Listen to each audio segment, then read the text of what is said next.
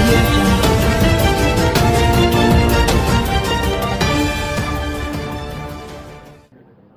తర్వాత బిగిన్ అయిన తర్వాత కూడా రాఘవయ్య గారు మీకు అదే చెప్తారు. ఈలోగా ఎవరైనా రాసుకునే వాళ్ళు ఉంటే క్లారిటీ ఉంటుందన్న ఉద్దేశంతో చెప్తున్నాను.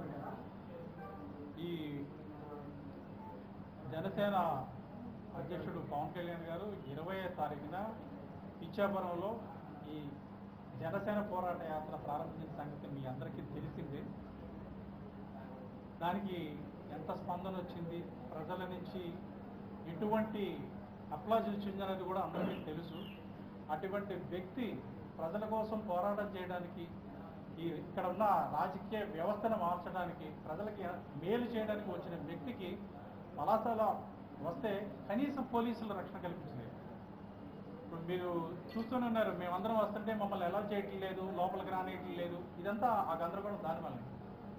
పోలీసులు సరైన రక్షణ ఏర్పాట్లు చేసినట్లయితే ఈ పరిస్థితి ఉండేది కాదు.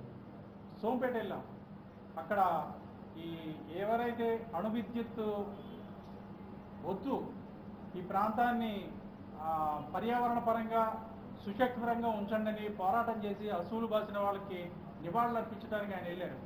అక్కడ వేలాది మంది జనం వచ్చారు. అంతమంది వచ్చినా ఒక్క కానిస్టేబుల్, 50 మంది ప్రజలు గుమ్ముకూడితే ఒక కానిస్టేబుల్ పంపించాలని పోలీసు మాన్యువల్ చెప్తుంది. ఒక్క కానిస్టేబుల్ కూడా లేదు. అదేవిధంగా ఒక్క నిమిషంలో ఆపేసి రాఘవయ్య గారు బిగిన్ చేస్తారు. అదేవిధంగా ఈ రేపు ఇక్కడ కార్యక్రమం ఉంది. ఒక్కసారి ఆయన రోడ్ల మీదకి వచ్చారంటే ఎంతటి జనసందోహం ఉంటుందో మీ అందరికీ తెలిసిందే. రేపు ఇక్కడ నిరసన కవాతు చేయబోతున్నారు సాయంత్రం పలాస వీధుల్లో. అటువంటి వ్యక్తి బయటకు వచ్చినప్పుడు పోలీసులు సరైన రక్షణ కల్పించకపోతే దానికి ఏం జరిగినా సరే ఈ రాష్ట్ర ప్రభుత్వం బాధ్యత వహించవలసి ఉంటుంది.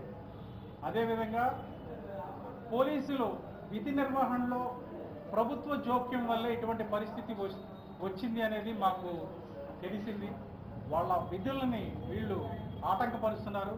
వాళ్ళని స్వేచ్ఛగా పోలీసులు తమ విధులను నిర్వహించడానికి తగినంత స్వేచ్ఛ ఈ రాష్ట్ర ప్రభుత్వం ఇవ్వాల్సిన అవసరం ఉంది.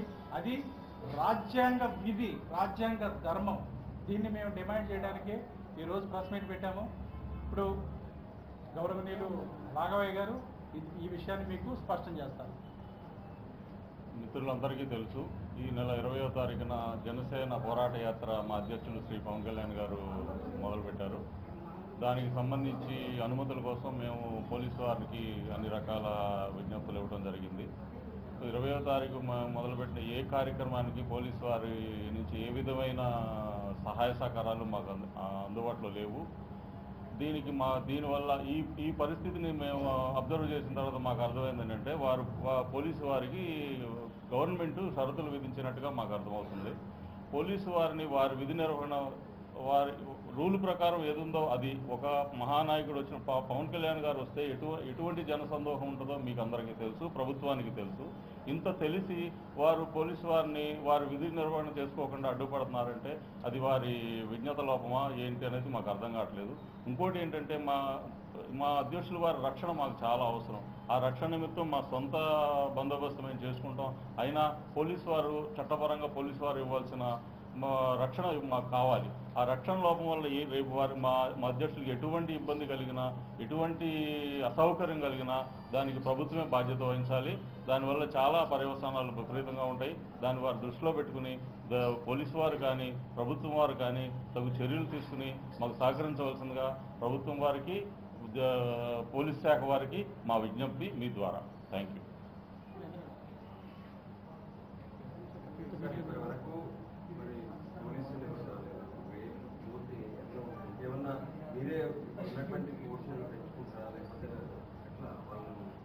మళ్ళీ ఒకసారి మేము విజ్ఞప్తి ట్రై చేస్తున్నామండి.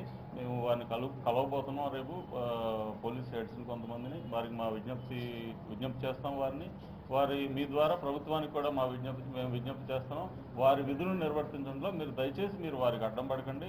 వారికి పోలీసు వారికి అవగాహన ఉంటుందండి. ఏ స్థాయి ఒక స్థాయి నాయకులు వచ్చారంటే ఏ స్థాయిలో జనసందోహం ఉంటుంది, ఎటువంటి అసౌకర్యం ఉంటుందని వారికి తెలుస్తుంది.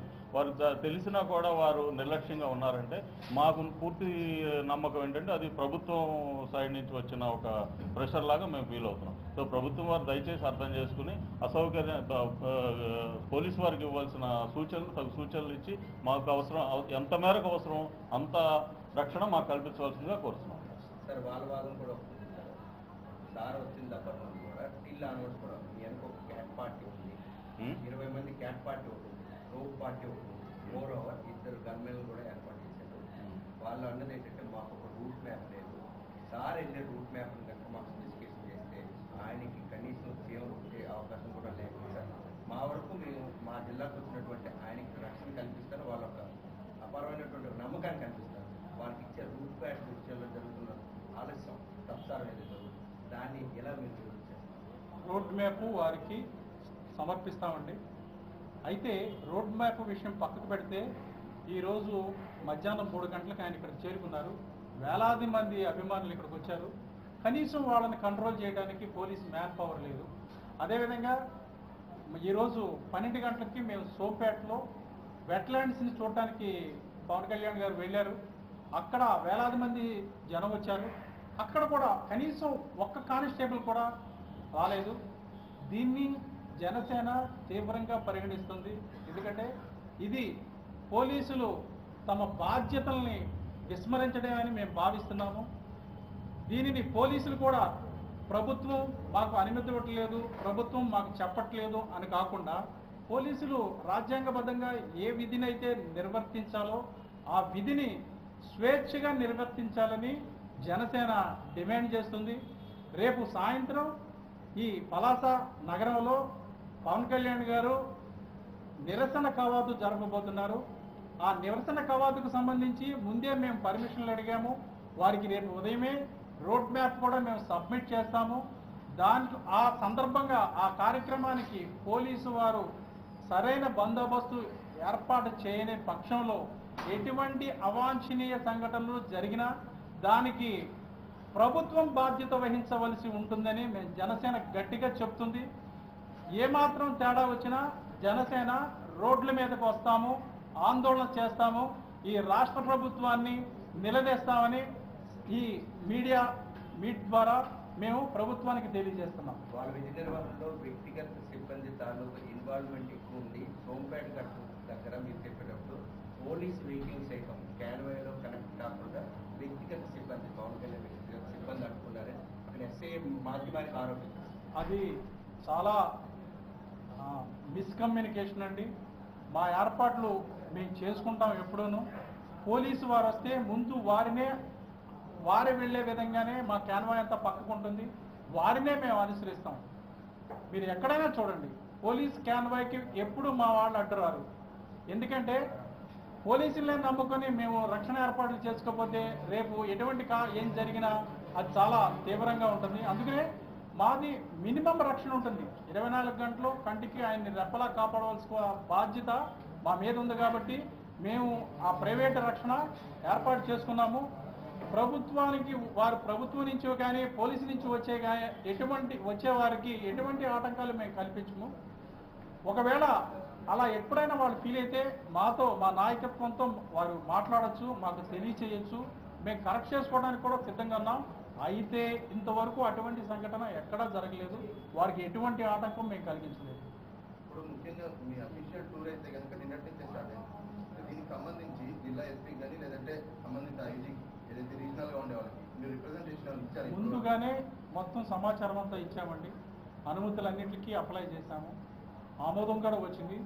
మా అసంతృప్తల్లా సరైన రక్షణ ఏర్పాట్లు లేకపోవడమే. దీన్ని ఈ జిల్లా ఎస్పీ గారు, ఐజీ గారు తీవ్రమైన విషయంగా తీసుకొని తగిన రక్షణ ఏర్పాటు చేయాలని మేము కోరుతున్నాం. ఇది ఎందుకంటే ప్రజల కోసం. రేపు ప్రజలు అనేక మంది ఆయన్ని అనుసరిస్తారు. ఏ ఒక్కరికి ఇబ్బంది కలిగే పరిస్థితిగా మారుతుంది.